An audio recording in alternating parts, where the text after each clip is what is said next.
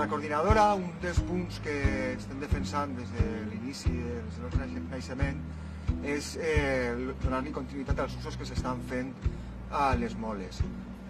Actualment, un dels principals usos que s'estan fent és tot el tema d'anar a córrer, a passejar, fer esport en general, a la bici.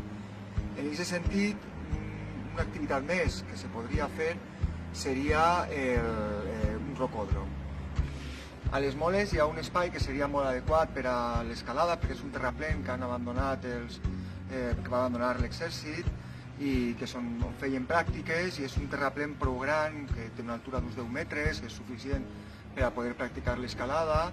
i una llarga àrea de vora 100 metres, aleshores és un espai que de sobre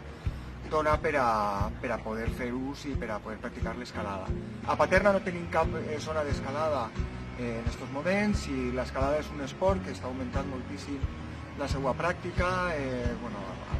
A València ciutat s'han construït molts rocòdroms en els últims anys, però en tota la zona del que seria la Illa de València no hi ha moltes opcions, i a Paterna en aquests moments no hi ha cap zona on se pugui practicar. A més, l'escalada habitualment també se practica en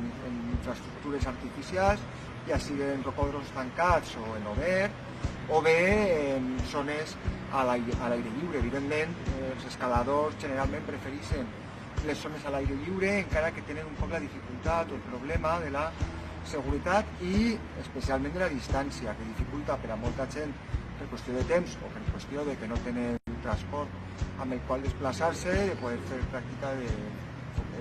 aquest esport. Aleshores, en aquest sentit, justament les moles és una zona que està molt a prop de València i seria molt adequada per a poder practicar